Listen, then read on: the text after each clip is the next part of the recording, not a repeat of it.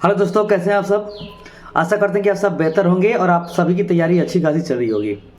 चलिए, जब से अमरेंद्र कुमार सर को बिहार एसएससी का एक मेंबर बनाया गया है, तब से बच्चों के माइंड में बहुत सारी बातें चल रही हैं। ठीक है, क्योंकि उनका जो समय काल रहा है बीपीएससी में थोड़ा सा विवादित जरूर था। ठीक है, तो उसके चलते बच्चे बहुत ज़्यादा चिंतित हैं, टेंशन में हैं कि क्या जैसे बीपीएससी में उनके टाइम हुआ था, क्या बिहार एसएससी में ऐसे ही होगा।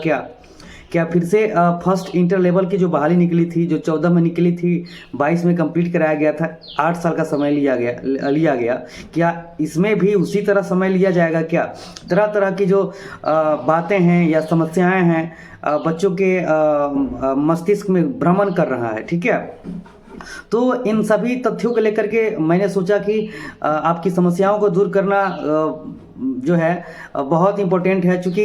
चूँकि आप जानते हैं कि ये बिहार एसएससी की जो बहाली निकली हुई है 12,000 पदों पर लगभग, ठीक है, ये बार बार बहाली नहीं आती है और इस तरह के पद या इस तरह के जॉब बहुत जल्दी नहीं मिल पाते हैं। ठीक है, ये मतलब ऑफिशियल कहिए या क्लर्कियल टाइप के मैक्सिमम पोस्ट हैं, है ना, जो आपको ऑफिस वे में काम करना होता है, टाइम स्पेंड करना होता है। तो ये आपके लिए एक स्पेशल अपॉर्चुनिटी है, इसलिए इसको आपको मिस नहीं करना है। ठीक है, तो सबसे पहले आपको मैं बता दूं कि अमरेंद्र कुमार जी जो बीएसएससी के एक नए मेंबर के रूप में आए हुए हैं, ठीक है, एक नए सदस्य के रूप में आए हुए हैं, तो ये तो गारंटी है कि उनके आने से बिहार एसएससी का जो रवैया है या उसका जो मोशन है काम करने का फास्ट हो जाएगा। ये पहले माइंड में आप लोग सेटअप कर लीजिए कि ये मोशन जो है काम करने का ये फास्ट हो जाएगा, पहली बात। दूसरी बात कि एग्ज़ाम इसका बहुत जल्द कंडक्ट करा लिया जाएगा। अब बहुत जल्द कंडक्ट कराने का मतलब क्या मार्च में करा लिया जाएगा? नहीं, मार्च में नहीं, आपको पहले ही बताया गया था कि मार्च में तो कभी नहीं होगा। अब लोकसभा चुनाव जैसे ही समाप्त होता है, Bihar SSC second inter level की बहाली जो है उसकी पीटी की परीक्षा जस्ट करा ली जाएगी। मतलब जून जुलाई में फिक्स है कि इसका एग्ज़ाम होना है। ठीक है, तो बच्चों को मैं ये सजेस्ट करना चाहता हूँ कि आप जो चिंता कर रहे हैं या चिंतित हो गए हैं इन सभी बातों को सुन करके, आपको चिंता करने की बिल्कुल ज़रूरत नहीं है ना। अभी आपको पूरा ध्यान देना है अपनी स्टडी पर। अगर अपनी स्टडी पर अभी ध्यान नहीं दीजिएगा तो बहुत ज़्यादा आपके पास टाइम नहीं है। मार्च स्टार्ट हो गया, मार्च अप्रैल मई जून, 3 से 4 महीने आपके पास हैं। अगर आप पूरा अच्छा तरीके से परफेक्ट टाइम अगर अपने स्टडी पर देंगे तो मेरे ख्याल से आपका जो है पीटी मेंस वगैरह वगैरह निकलते चला जाएगा और फाइनली आपका सिलेक्शन हो जाएगा। लेकिन अगर आप टाइम का वेट कर रहे हैं कि 4 महीना है, अभी 5 महीना है, जून में एग्ज़ाम होगा, जुलाई में एग्ज़ाम होगा, तो अभी कोई बात नहीं है, 1 महीना और जो है थोड़ा बहुत कर लेते हैं, 1-2 महीना रहेगा तो अच्छे से मेहनत कर लेंगे। तो हम उन लोगों को सचेत करना चाहते हैं कि अगर ऐसे सोचने वाले लोग, ठीक है, ऐसे करने वाले लोग, उनको हम बता दें कि अगर आज ऐसे सोच रहे हैं ना तो उस दिन भी जून में भी आपकी हाल ऐसे ही रहेगी। अगर अब से ही अगर आप अपने स्टडी को पर फोकस नहीं करते हैं, सेल्फ स्टडी नहीं करते हैं, सेट प्रैक्टिस नहीं करते हैं, टेस्ट सीरीज नहीं लगाते हैं, तो समस्याएं आपको हमेशा पकड़ी रहेंगी। उस टाइम में भी, जून में भी आपका हाल यही होगा। ठीक है, लेकिन जो अभी से मेहनत करेंगे, अभी से जो लगे हुए हैं, ठीक है, और इसी वे में अगर काम करते जून तक चले गए तो मेरे ख्याल से उनका सिलेक्शन निश्चित रूप से हो जाना है ना। तो ये पहला बात कि आपके माइंड में सेटअप ये नहीं होना चाहिए कि ये बहुत ज़्यादा पोस्टपोन्ड होगा इसका एग्जामिनेशन, है ना। मैं आपको बता रहा हूँ कि जून जुलाई में इसका एग्ज़ाम एनी हाउ होना ही होना है।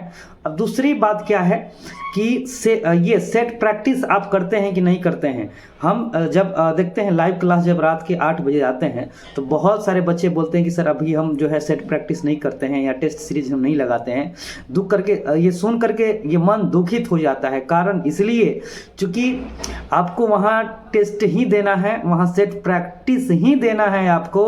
आप कितना भी पढ़े लिखे हैं, बहुत सारा नॉलेज है, जब तक आप टेस्ट नहीं दीजिएगा, उसका सेट प्रैक्टिस नहीं करिएगा, आपको अपने बारे में ही पता नहीं चलेगा कि आपका लेवल क्या है, आप कहाँ तक पहुँचे हैं, क्या हाँ तक आपका सिलेबस कंप्लीट है, क्या आपका रिजल्ट की संभावना बनती है कि नहीं बनती है। रिजल्ट की संभावना बनाने के लिए, रिजल्ट क्लियर करने के लिए सबसे अहम चीज़ सेट प्रैक्टिस ही है ना। पर डे सेट प्रैक्टिस, कम से कम एक सेट प्रैक्टिस तो जरूर करिए। समय मिलता है तो 1 से 2 सेट प्रैक्टिस आपको डेली करना है, ठीक है।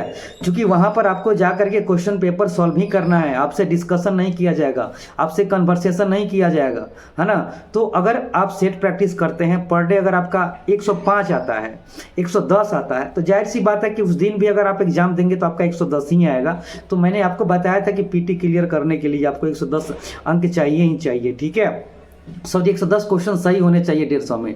तो ये दूसरी बात माइंड सेट कर लीजिए कि जो अभी भी सेट प्रैक्टिस नहीं बना रहे हैं या टेस्ट सीरीज नहीं दे रहे हैं, वो उनकी समस्याएं बढ़ती चली जाएंगी और वे रेस से बाहर हो ही जाएंगे। क्योंकि सेट प्रैक्टिस बहुत बड़ी चीज़ है। आप पता करिए, जो भी सक्सेस हुए हैं किसी भी डिपार्टमेंट में, अगर या किसी भी पोस्ट के लिए जो सिलेक्शन के लिए हुए हैं, चाहे बिहार जैसे कि हम बात करें फर्स्ट इंटर लेवल की, तो पता करिएगा कि क्या बिना सेट प्रैक्टिस के या बिना टेस्ट सीरीज के केवल पढ़ के ही वो उनका रिजल्ट बन गया था अंतिम तक।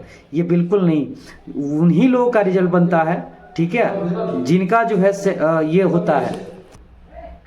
तो इसके लिए आपको चाहिए सेट प्रैक्टिस, ठीक है। सेट प्रैक्टिस नहीं करेंगे तो समस्या जो है ये बढ़ती चली जाती है, ठीक है।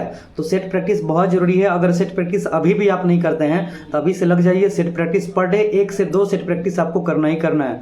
तीसरा बात हम आपको बता दिए थे कि ये अटेम्प्ट कैसे करें, मैक्सिमम क्वेश्चन को अटेम्प्ट कैसे कर पाएंगे और स्कोरिंग को बेहतर कैसे बना पाएंगे।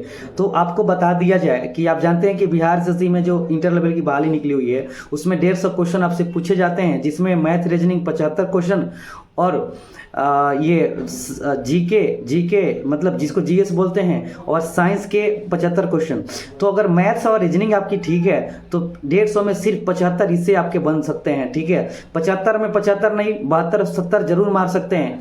और अगर आपका साइंस और ये जीएस पोर्शन अगर थोड़ा बहुत भी ठीक है तो आप 110 प्लस कर सकते हैं। इस प्रकार आपका रिजल्ट बिल्कुल बन सकता है। तो सबसे बड़ी चीज़ है कि मैथमेटिक्स और रीजनिंग पर आपका पूरा फोकस होना चाहिए, साथ में आपका साइंस भी ठीक होना चाहिए, प्लस ये जीएस वाले पर्सन पर भी 50 क्वेश्चंस होते हैं, उस पर भी ध्यान देना चाहिए, है ना। देखिए, जो बच्चे आर्ट्स फैकल्टी के होते हैं, जिनका बैकग्राउंड आर्ट्स रहता है, उनका साइंस खैर उतना बेहतर नहीं होता है। लेकिन आपको हम बताएं कि बिहार से बहुत टॉप साइंस नहीं पूछता है, स्टैटिक टाइप के क्वेश्चन पूछता है ना। फिजिक्स केमिस्ट्री बायोलॉजी की बात करें 25 क्वेश्चन में, तो सबसे ज़्यादा क्वेश्चन बायोलॉजी से पूछता है। 10 से 12 क्वेश्चन सिर्फ बायोलॉजी से क्वेश्चन पूछता है। और बायोलॉजी में आपको क्या कंसेप्ट समझना है, वह जो है एक एज ए पपेट, उसको देखना होता है, ये रटना होता है, ठीक है। तो बायोलॉजी क्वेश्चन को आपको रटना है, केमिस्ट्री और फिजिक्स के क्वेश्चन को आपको देख लेना है। कुछ कंसेप्चुअल क्वेश्चन भी होते हैं, उसको थोड़ा समझ लेना है।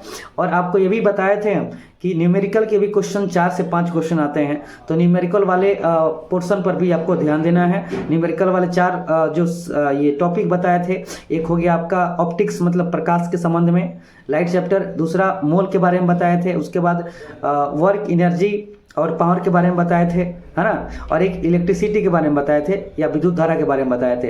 तो इन तमाम जो है स्ट्रैटेजी के माध्यम से, जो है उपाय के माध्यम से आप अपनी सफलता को हासिल कर सकते हैं, है ना। सबसे बड़ी चीज़ है कि टाइम का मिसयूज नहीं करना है। टाइम आपके लिए ये वरदान साबित तब होगा जब ये 3 से 4 महीने का प्रयोग जो है एकदम बेहतर तरीके से आप करेंगे और पूर्णतः समय अपनी पढ़ाई के लिए देंगे, सेट प्रैक्टिस के लिए देंगे, ठीक है। तो इन्हीं शब्दों के साथ मैं वीडियो समाप्त करता हूं और फिर से बता दूं कि एग्जाम आपका जून जुलाई में ही होना है, इसलिए माइंड में ज़्यादा नेगेटिविटी न दौड़ाइए, मेहनत करते रहिए, सेट प्रैक्टिस करते रहिए, जो होगा वो सब बेहतर होगा, है ना। ऐसा नहीं होगा कि समय का वेट करने के चक्कर में जून आ जाए, आपका एग्जाम समय फिक्स हो जाए और फिर आपकी स्थिति ऐसे ही रह जाए, तो फिर पछताने के अलावा और कुछ नहीं आएगा, ठीक है।